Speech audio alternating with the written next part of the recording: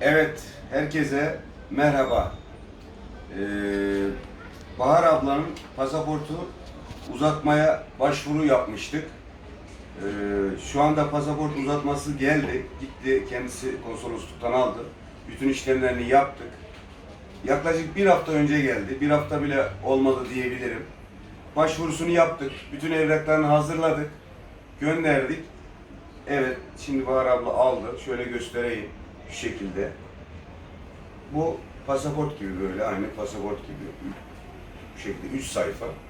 Buraya giriş çıkışlarına vuracaklar zaten. 6 aylık seyahat belgesi, yani pasaport yerine geçen seyahat belgesi arkadaşlar.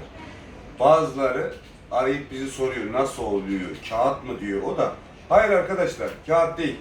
Bu bildiğiniz pasaport. Bakın 6 aylık pasaporttur bu. Düz bir kağıt değildir. Havalandan çıktığınız zaman bakın, mühürler buraya vuruluyor. Bu şekilde buralara vuruluyor. Bildiğiniz pasaportun biraz daha küçük halini yapılmış. 6 aylık seyahat belgesi. Bahar abla ilk geldiğinde çok, o da böyle çekinceleri vardı. İşte alabilir miyiz gerçekten, o da merak ediyordu. Şimdi kendisi aldı, rahatladı. Sağ olsun, hiç bize güvendiği için geldi, direkt verdi bize. Biz de yaptık, kendisine teslim ettik. Buyur Bahar abla, hayırlı olsun tekrardan. Var mı sizin söyleyeceğiniz bir şey? Sizin Türkmen arkadaşlarımıza. Çok teşekkür ederim.